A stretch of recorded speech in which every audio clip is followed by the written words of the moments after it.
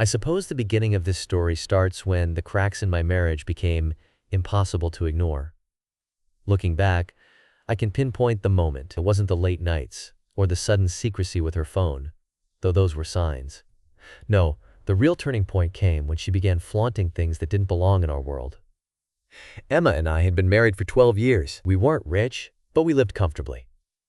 I ran a small contracting business, and Emma worked part-time at a local boutique while caring for our 2 kids. Life wasn't glamorous, but it was ours. Or at least I thought so. It started subtly.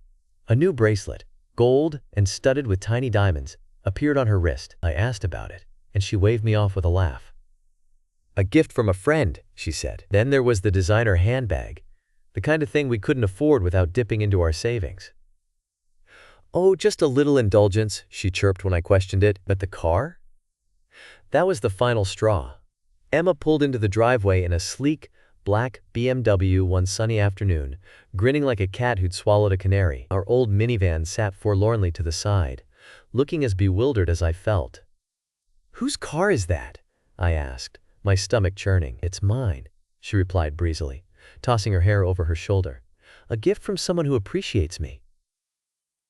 The world seemed to tilt. She didn't even bother to hide it anymore.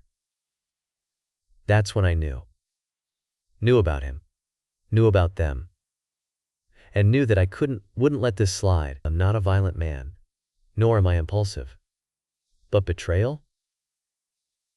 That cuts deep. Deeper than I ever imagined it could. I didn't confront her right away. Instead, I started observing. Planning. Late at night, I scoured through her phone records, piecing together their conversations. His name was Greg. I'd never met him, but I could picture him, slick, charming, and just the kind of man who'd lure someone into a fantasy world of shiny cars and glittering jewelry. He wasn't just a fling, he was funding her newfound lifestyle. My blood boiled, but I stayed calm. I had to. A sloppy reaction would only make me look weak. Instead, I began orchestrating my revenge, each piece falling into place like a masterful symphony. The first step was getting their attention. Emma loved gifts. Perfect. Okay. I'd send one tailored just for them. I reached out to a buddy of mine who'd served overseas and knew how to rig just about anything.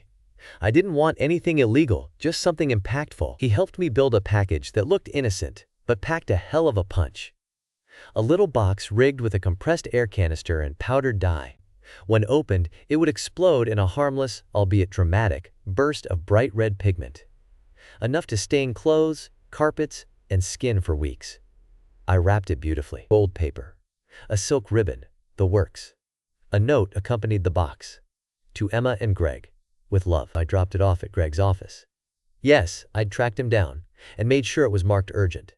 Then, I waited. The next evening, Emma stormed into the house, her face an angry blotch of red. Literally. The dye had soaked into her pores, and she looked like she'd been caught in a paint factory explosion. "What the hell did you do?" she shrieked. I feigned innocence, sipping my beer. "What are you talking about?" "Don't play dumb. The box! You sent it to Greg." "Greg?" I said, arching an eyebrow. "Who's Greg?" Her mouth opened and closed like a fish gasping for air. She had no answer. Instead, she spun on her heel and disappeared into the bathroom, slamming the door. I didn't follow. Let her stew. But that was just the appetizer. The main course took weeks to prepare. I'd been quietly gathering evidence of their affair, texts, photos, financial transactions, enough to make a convincing case of infidelity and misuse of marital assets. Then, I hired a lawyer and filed for divorce, citing adultery. New York might be a no-fault state, but a well-documented affair could still sway things in my favor when it came to dividing assets. Next, I made a few strategic calls. Greg's wife, oh yes, he had one, deserved to know the truth. I sent her copies of everything I'd collected. To say she was livid would be an understatement. Turns out, Greg had been pulling money from their joint accounts to fund his little escapades with my wife. That revelation set off its own fireworks, and their marriage imploded in spectacular fashion. The final piece of my plan was the public spectacle. Emma and Greg had always been careful to keep their affair under wraps, but I had other ideas. Using a burner phone, I sent an anonymous tip to a local gossip blog. Included were photos of Emma's lavish gifts, Greg's financial records, and a juicy narrative tying it all together.